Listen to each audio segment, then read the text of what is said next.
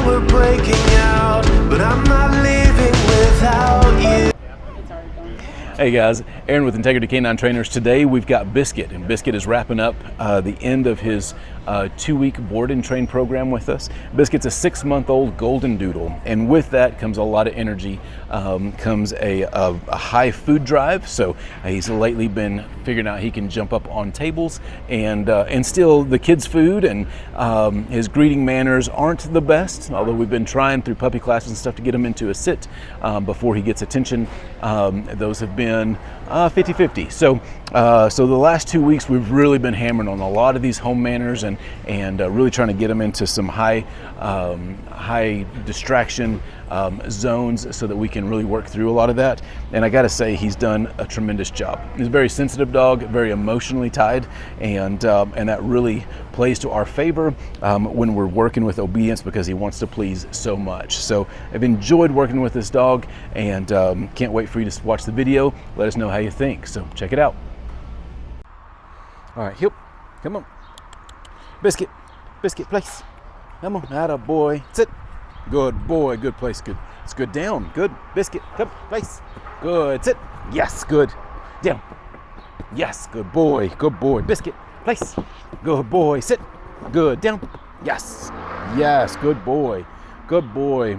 Hey guys, so working with Biscuit today with doing his final video, starting out with the place command. So place, I'm looking for an object that has some elevation. The higher that we work him, the more confidence he gets if we do it correctly. And so I like to do the stair-step method, looking for a spot for place. It can be anything with clearly defined boundaries, preferably some elevation, and basically something that he's allowed on. So if we don't allow him on the dinner table, then let's not place him on the dinner table. But if we allow him on the ottoman, then place him on the ottoman or on his dog bed or on boxes here at Lowe's is all okay. So when we do this, we're gonna do the same thing that we do if we had him into a sit or a down, and we'll put place in that category. We're gonna do our 3 Ds. So duration, first of all, what we've been doing is duration, just standing here next to him, keeping him in place on a down. The next thing that we'll do is distance, and distance itself often adds in some distractions because he doesn't really want to be separate from me. And so we'll back up, maybe go just out of sight for a second. Come back in where he sees us, and good boy, yes, good place, good down, good boy, and down, and just including some of those things. So then we'll add in more distractions, and that could be other people walking through, that could be bouncing a ball, it could be another dog. All of those are great, but this is a great skill for him to have when we're eating dinner. We can place him on his place cot or on his bed there in the living room while we're at our dining room table eating. That keeps him from being under the table and getting to food, from begging and that kind of stuff. It also comes in handy when we have guests over. So doorbell rings, I go and put him on his place, I answer the door, I bring our company in, and when I feel like the energy level has dropped enough that he can behave himself, then I might call him over to me. And we can do that one of 2 ways. We can do a come to a sit, or we can do a break.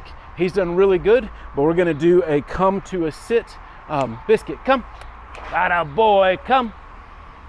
Good boy, sit. Yes, good boy, good, come, good sit. Break. So I'm gonna break right there. I'm gonna reward him because he did a great job. Now, getting into the habit of come to a sit helps us to control how much energy he brings with him. If I just say break, then he can run towards me, and a lot of times they start a habit of jumping up on me. So what I want to do is say, come, sit, and he gets used to that, and so then I will love on him. And a dog like this that just wants affection, just wants attention, the more that I can put him into a sit and teach him what he needs to do to ask for attention, the better off we're going to be. So in this case, we're teaching him to sit. When he sits, I'll say, yes, good boy. And that prevents him from jumping on me, from scratching at me, from nosing me, that kind of stuff. So the next thing we're going to do is demonstrate loose leash heel. And so for loose leash heel, I'm going to start him out in a sit. Good boy. And we're going to have the leash. I've got kind of too much leash, and this is the standard length. So I'm going to double it up, and I'm going to do just a J loop. This is what I want to see, preferably so that I can, answer my phone, take a phone call, whatever it is, pick my nose, whatever it is that I need to do.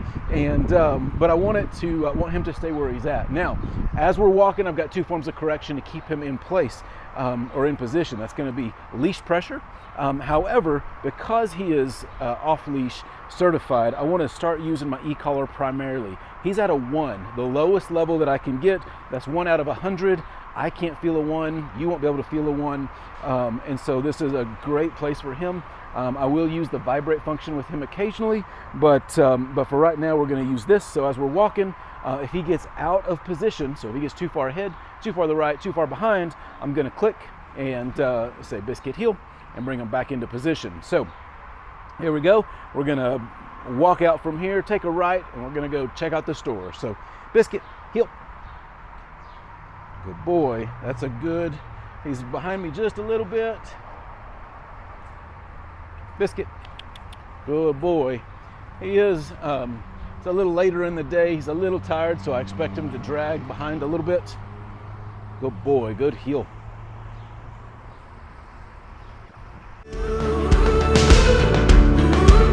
Now, if he gets distracted and turns and looks at somebody or acts like he wants to go to him, I'll do a correction. That's going to be an e-collar correction or a leash correction, just depending on where we're at on things.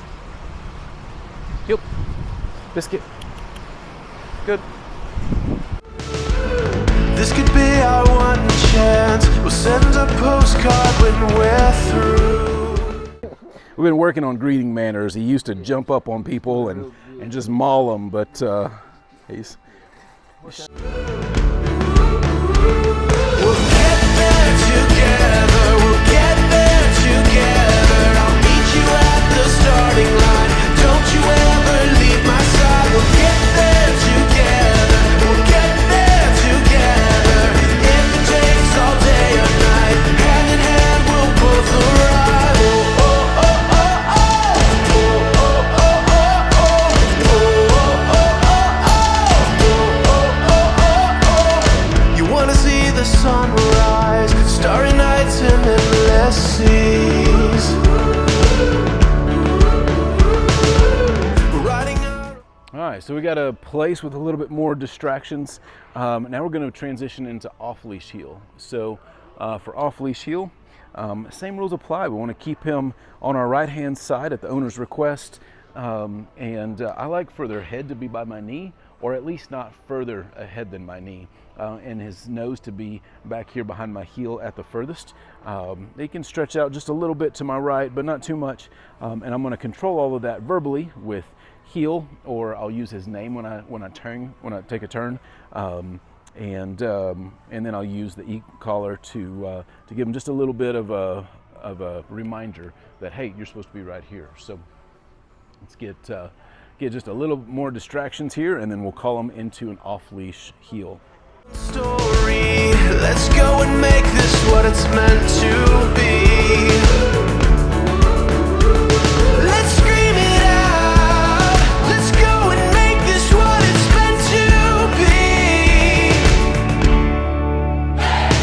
We'll get there together. We'll get there together. I'll meet you at the starting line. Don't you ever leave my side. We'll get there together. We'll get there together.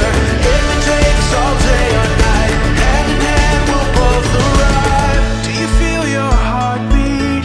Do you feel the warmth beneath your feet? 'Cause you're standing next to me. Do you feel your heartbeat?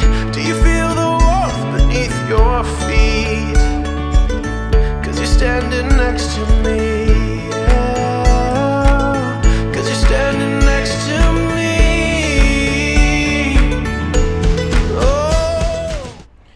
He did great. So Biscuit has come a long way. He's got that typical 6-month doodle energy and curiosity and greeting manners and all the things. But man, he has done just a great job. So look forward to seeing how he continues to progress. Check out his other videos. Let us know how we can help you.